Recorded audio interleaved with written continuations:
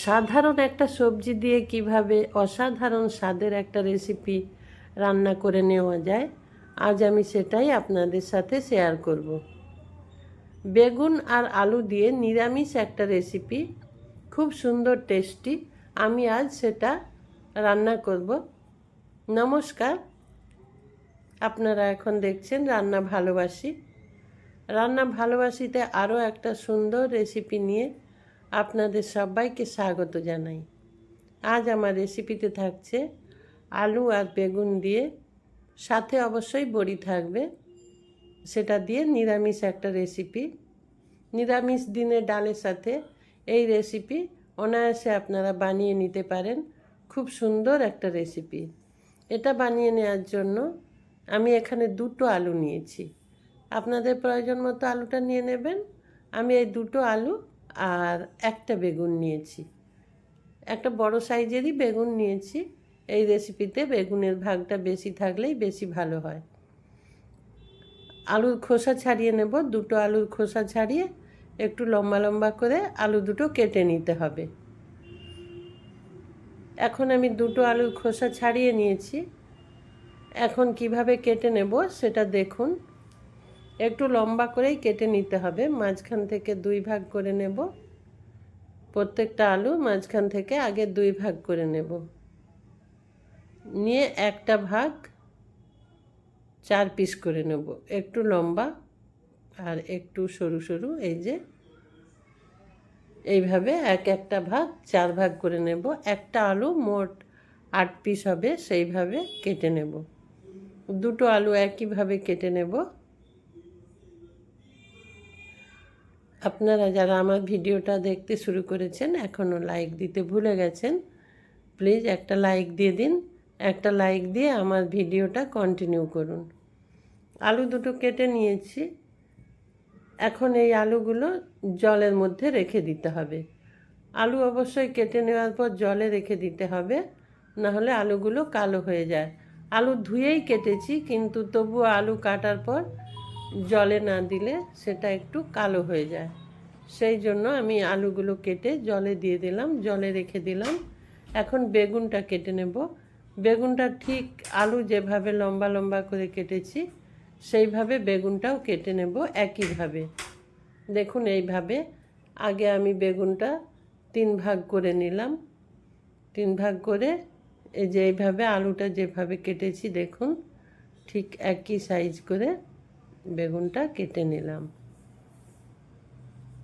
এখন আরেক পিস কেটে নেব। সব বেগুনটা কেটে নিয়েছি। বেগুনটা ধুয়ে রেখেছিলাম, এটা আর ধুয়ে নেওয়ার দরকার নেই। এখন উনুনে কড়াই বসিয়েছি। কড়াইতে 1 চামচ জিরে দিলাম। 1 চামচের থেকে একটু বেশি দিলাম। দিয়ে ওটা ভেজে নেব, একটু হালকা করে ভেজে নেব। এটা খেয়াল রাখবেন ওটা যেন কালো না হয়ে যায়। হালকা করে জিরেটা ভেজে ঠান্ডা করে নেবেন। ঠান্ডা করে নেওয়ার পর ওটা গুঁড়ো করে নেবেন। এদিকে কড়াইতে তেল দিয়ে দিলাম। তেল গরম করে নেব। তেল গরম করে নেওয়ার পর এখানে আলুগুলো দিয়ে দেব। আলু দেওয়ার পর আলু তেলের মধ্যে ভাজবো।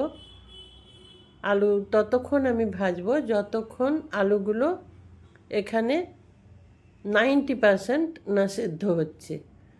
এখানে ভাজার সময় 90% সেদ্ধ করে নেব। সেই জন্য গ্যাসের ফ্লেম অবশ্যই লো টু মিডিয়ামে রাখতে হবে। হাই ফ্লেমে দিলে হবে না, তাতে আলু লাল হয়ে যাবে কিন্তু সেদ্ধ হবে না ভেতর পর্যন্ত। সামান্য পরিমাণে নুন দিয়েছি, এখন একটু হলুদ দিয়ে দেব। নুন হলুদ দিয়ে আলুটা ভালো করে এখানে নাড়াচাড়া করব আর ঢেকে দেব। ঢেকে ঢেকে এটা যদি আমি ভেজে নিই তাহলে খুব তাড়াতাড়ি সেদ্ধ হয়ে যাবে। ঢেকে দিয়েছিলাম, ঢাকা খুলে আবারও একবার নাড়াচাড়া করে দিচ্ছি। আপনারা যারা আমার চ্যানেলটা এখনও সাবস্ক্রাইব করেননি তাদেরকে বলছি চ্যানেলটা সাবস্ক্রাইব করে আমার পাশে থাকবেন, আমাকে রান্না করার উৎসাহ দেবেন। আর ডান দিকে থাকা বেল আইকনটা প্রেস করে দেবেন, তাতে রান্নার সমস্ত নোটিফিকেশান আপনি পেয়ে যাবেন। দেখুন আবারও আমি ঢেকে দিয়েছি। এইভাবে বারবার ঢেকে খুলে রান্নাটা করে নেব। এখন আমি দেখে নেব আলুটা সেদ্ধ হয়েছে কিনা। খুন্তি দিয়ে হালকা চাপ দিয়ে দেখলেই আলুটা সেদ্ধ হয়েছে কিনা বোঝা যাবে। আলু সেদ্ধ হয়ে গেছে ঠিকঠাক। এখন নামিয়ে নেব। আলু যখন এইভাবে লাল লাল করে ভাজা হয়ে যাবে আর ঠিকঠাক সেদ্ধ হয়ে যাবে, তখন একটা ঝাড়ির সাহায্যে আলু নামিয়ে নেব। আলু নামিয়ে নিয়েছি। এখন ওই তেলের মধ্যে কয়েকটা বড়ি ভেজে নেব। এটা বিউলির ডালের বড়ি, বাড়িতে বানানো বিউলির ডালের বড়ি। এটার জন্য রান্নার স্বাদ অনেকটা বেড়ে যাবে। একটু লাল লাল করে বড়িটা ভেজে নেব, বড়ি তুলে নেব ভেজে। এই বিউলির ডালের বড়ি দিয়ে আমি রেসিপিটা রান্না করেছি। এখানে মুসুর ডালের সেই যে লাল লাল ছোট ছোট বড়ি হয় না, ওটা দিয়েও এই রেসিপিটা ভালো হয়। বড়ি ভেজে নিয়েছি। এখন ওই তেলের মধ্যে আরও একটু তেল দিয়ে দেব। তেল দেওয়ার পর বেগুন ভেজে নেব। বেগুন এখানে ভালো করে ভেজে নিতে হবে সুন্দরভাবে। এখানে বেগুনটাও 90% কুক করে নিতে হবে। বেগুন ভাজার সময় বেগুনের মধ্যে নুন দেবেন না। আলু ভাজার সময় অল্প একটু নুন দিয়েছি, কিন্তু বেগুনে নুন দেবেন না। বেগুন ভাজার সময় নুন দিলে তাহলে বেগুনটা বেশি নরম হয়ে যাবে, একটু গোটা গোটা থাকবে না। সেই জন্য নুন দিলাম না, কিন্তু হলুদ দিলাম। হলুদ দিয়ে বেগুনটা ভালো করে ভেজে নেব। এখানে 90% মতো বেগুনটা কুক করে নিতে হবে। সেই জন্য একটু সময় নিয়ে, আবারও বলছি, লো টু মিডিয়ামে গ্যাসের ফ্লেম রেখে দেবেন। হাই ফ্লেমে দেবেন না, তাহলে বেগুন পুড়ে যাবে, লাল লাল হয়ে যাবে। আর একটু ঢেকে দিলাম, একটু ঢেকে আবার একটু রান্না করে নিলাম। এইভাবে ঢেকে ঢেকে বেগুনটা ভেজে নেব। তাতে বেশ সুন্দর নরম হয়ে যাবে, কিন্তু গলে যাবে না বা ভেঙে যাবে না। একটু সময় নিয়ে বেগুনগুলো ভালো করে ভেজে নিতে হবে। আমার রেসিপি যারা দেখছেন, আমার রেসিপি যদি ভালো লাগে অবশ্যই একটা কমেন্ট করবেন। আর এই রেসিপি আপনাদের বলছি একবার ট্রাই করবেন। এই রেসিপি এত সুন্দর একটা রেসিপি যে এটা ভাত, রুটি, পরোটা সব কিছুর সাথে আপনি খেতে পারবেন। রুটির সাথে তো অসম্ভব সুন্দর লাগে, আর ডাল ভাতের সঙ্গে সে আর বলার কথা নেই। যেদিন নিরামিষের দিন এইরকম একটা রেসিপি বানিয়ে নেবেন, নিয়ে ডাল আর এই রেসিপি, আর কিচ্ছু লাগবে না। বেগুন সুন্দর করে ভেজে নিয়েছি, ভাজা হয়ে গেছে। এখন ওটা একটা ঝাড়ির সাহায্যে তুলে নিচ্ছি। তুলে নেওয়ার পর কড়াই আবার পরিষ্কার করে বসিয়ে দিয়েছি। দিয়ে কড়াইয়ের মধ্যে তেল দিলাম। এখানে আমি খুব বেশি মশলা কিন্তু ব্যবহার করব না, অল্প মশলায় খুব সুন্দর একটা রেসিপি। এখানে ফোড়নে দিলাম 2টো গোটা শুকনো লঙ্কা আর 5 ফোড়ন। 5 ফোড়ন দিলে তরকারির টেস্ট বা রেসিপির টেস্ট খুব সুন্দর হয়, একটা সুন্দর ফ্লেভার হয়। 5 ফোড়নের ফ্লেভারটাই অসম্ভব সুন্দর। সেই জন্য এখানে আমি 5 ফোড়ন ব্যবহার করলাম। ফোড়ন ভালো করে ভেজে নিয়েছি, ফোড়ন থেকে একটা সুন্দর ফ্লেভার বেরিয়ে আসছে। এখন এখানে আমি মশলা দিয়ে দেব। মশলার মধ্যে এখানে দেব আদা বাটা। আদা বাটা দিয়ে দিলাম, আর এখানে দিয়ে দেব একটু জল। দেওয়ার পর ভালো করে আদা বাটাটা একটু মিশিয়ে নেব, একটু কষিয়ে নেব। কিন্তু আদা খুব বেশি কষাবেন না, তাতে একটু তেতো তেতো ভাব হয়ে যায় স্বাদটা। সেই জন্য হালকা করে আদাটা কষিয়ে নেব। তারপর এখানে দিলাম হলুদ গুঁড়ো। হলুদ গুঁড়ো দিয়ে দিলাম। তারপর এখানে একটু লঙ্কার গুঁড়ো দিয়ে দেব অল্প পরিমাণে। আপনারা এটা বুঝে দেবেন, ঝাল যেরকম পছন্দ করেন সেই বুঝে লঙ্কাটা ব্যবহার করবেন। এখানে কাঁচা লঙ্কা বাটাও দিয়ে দিতে পারেন। এবার সব কিছু ভালো করে কষিয়ে নিচ্ছি। যেহেতু এটা নিরামিষ রান্না, সেই জন্য বেশি কিছু মশলা দিলাম না। চেরা কাঁচা লঙ্কা দিয়ে দিলাম কয়েকটা, দিয়ে আবারও ভালো করে এটা মিশিয়ে নেব। আমি আবারও বলছি, এখানে আপনারা কাঁচা লঙ্কা বাটাও ব্যবহার করতে পারেন। ঝালটা অবশ্যই আপনারা যেরকম খাবেন সেরকম পরিমাণে ব্যবহার করবেন। যদি বেশি ঝাল পছন্দ করেন তাহলে বলবো 1 চামচ কাঁচা লঙ্কা বাটা দিয়ে দেবেন। এখন পরিমাণ মতো নুন দিয়ে দিলাম। আমাদের খেয়াল রাখতে হবে যে আলু কষানোর সময় অল্প একটু নুন দিয়েছিলাম, বেগুনে কিন্তু নুন দেওয়া হয়নি।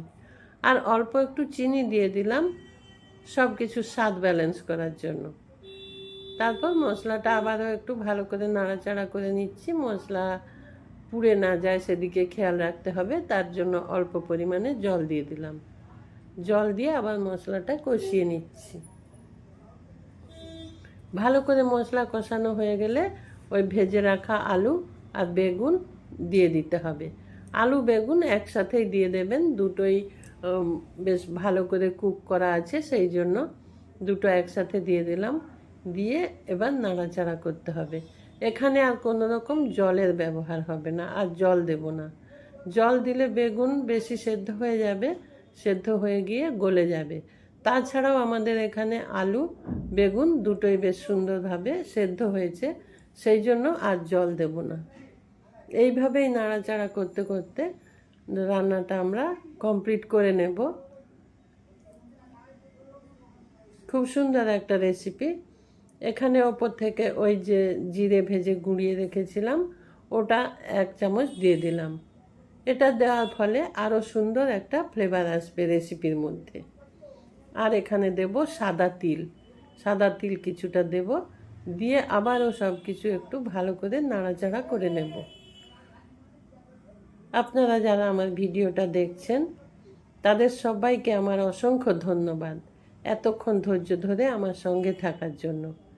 এখন জিরে গুঁড়ো আর তিল ভালো করে মিশিয়ে নিলাম। মিশিয়ে নেওয়ার পর এখানে এখনও আমি ধনেপাতা দেব। ধনেপাতা দেব, তার আগে ওই ভেজে রাখা বড়িগুলো দিয়ে দিলাম। বড়ি দেওয়ার পর আবারও ভালো করে মিশিয়ে নিতে হবে। এই বড়িগুলো আপনি ভেঙে ছোট ছোট টুকরো করেও দিয়ে দিতে পারেন। এখন একটু ঢেকে দেব। ঢেকে 2 থেকে 3 মিনিট রান্না করে নেব, তাতে বড়িগুলো একটু হালকা নরম হয়ে যাবে সেই জন্য। তারপর ঢাকা খুলে ওপর থেকে বড় বড় করে কেটে নেওয়া ধনেপাতা দিয়ে দিলাম। এই রেসিপিতে ধনেপাতাগুলো খুব ছোট ছোট করে কুচিয়ে নেবেন না, একটু বড় করে দিয়ে দেবেন। দিয়ে আবারও সুন্দর করে মিশিয়ে নিলাম। আপনারা এই রেসিপি একবার ট্রাই করবেন, আর যদি ভালো লাগে অবশ্যই আমাকে কমেন্ট করে জানাবেন। আমার রেসিপি যদি আপনাদের ভালো লাগে লাইক কমেন্ট শেয়ার করতে ভুলবেন না। রেসিপি কমপ্লিট হয়ে গেছে, গ্যাস অফ করে দিলাম। এখন সার্ভ করে নেব। এতক্ষণ আমার সঙ্গে থাকার জন্য সবাইকে অসংখ্য ধন্যবাদ। ভালো থাকবেন সবাই, সুস্থ থাকবেন, আর অবশ্যই এই রেসিপিটা একবার ট্রাই করবেন। নমস্কার।